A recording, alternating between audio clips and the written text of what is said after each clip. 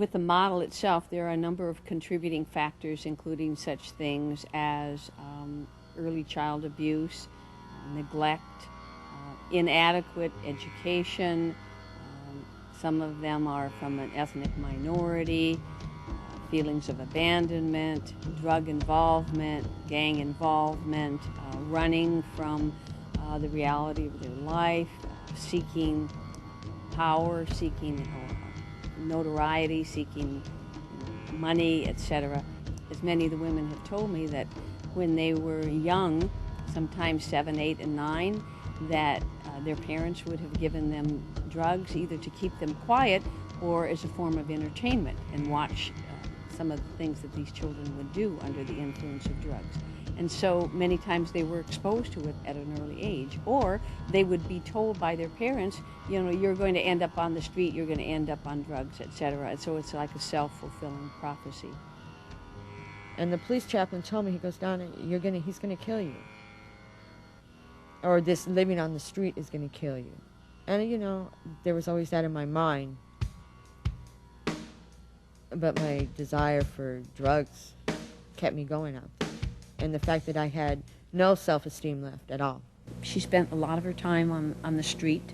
That's how she made her money. She sold her body.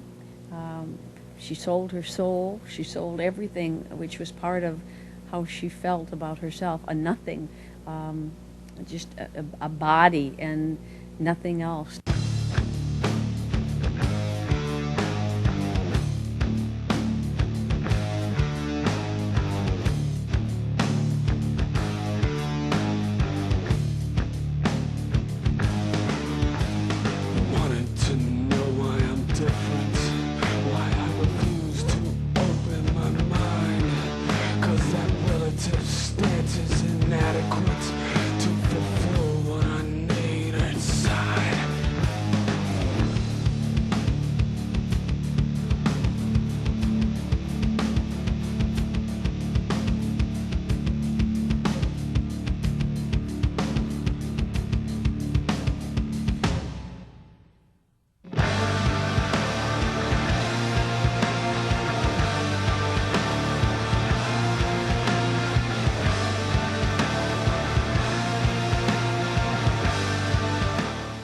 I got off the crystal and I was doing rock cocaine. I was working the streets, day in, day out. By then I'd lost all contact with my kids. My father wouldn't tell me where they were. He'd disown me. He wouldn't hear, you know, take any calls from me. I became a real paranoid schizophrenic almost. You know, I was gone. I was gone. Just many of these women do not feel that they're worthy to be forgiven. They don't feel like they're worthy of our Lord's love. They don't feel like they're worthy of anything except the life that they have gotten funneled into. One of the important things, one of the basic things, is the element of trust.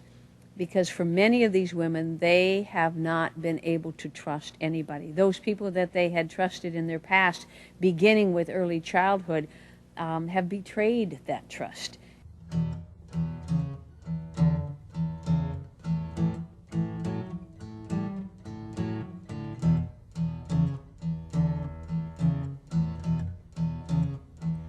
Well, I was feeling down and lonely.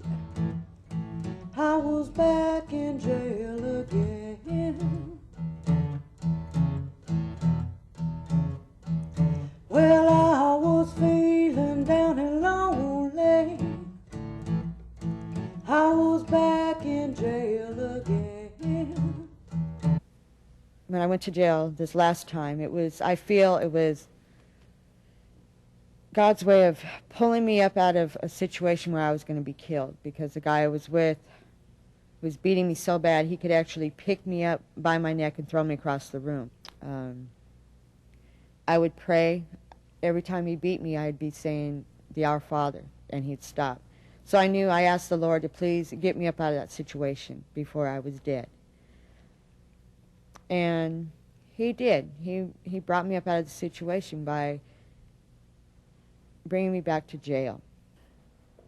Donna, when I first met Donna, she too was a trustee. It's interesting, many of these women have kind of a leadership, which it brings them into the role of being a trustee.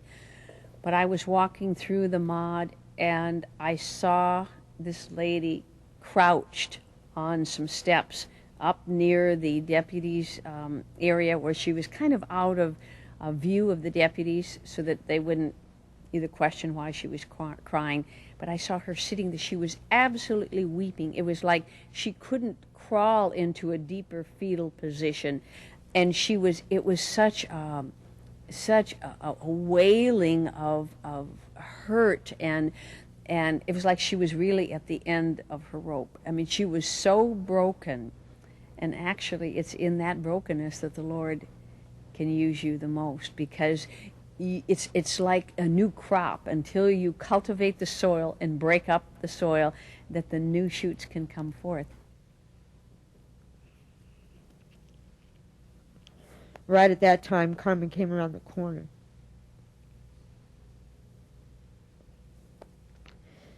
Oh, and she introduced me, and Carmen asked me, she goes, "Do you need prayer?" And I said, "Yeah."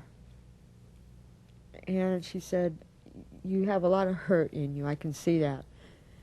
And I said, "Yeah." I didn't know, I heard about Carmen, that's all. So it was like, well, this lady doesn't even know me, but she can already see that I had a lot of pain.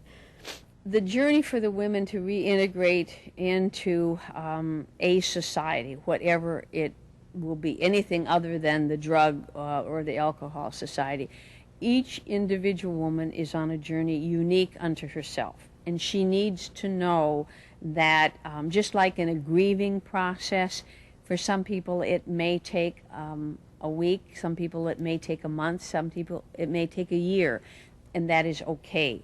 And she said that I was going to be okay, and that she would be, seeing me again. And we met. The next time she came out, she had me called out, and we talked. We talked about basically where my pain started. I think what she does is very difficult. I think it's hard to get people to recognize the need they have to change within themselves. And as you and I know, most of us know, you cannot, meaningful change comes from within. And I can't change you, I can't rehabilitate you, only you can do that. And if I can give you the direction and the help to do that, then we've accomplished a lot. And she has.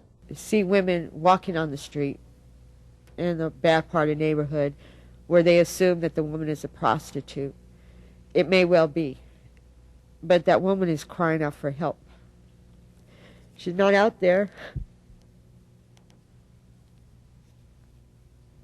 because she wants to be.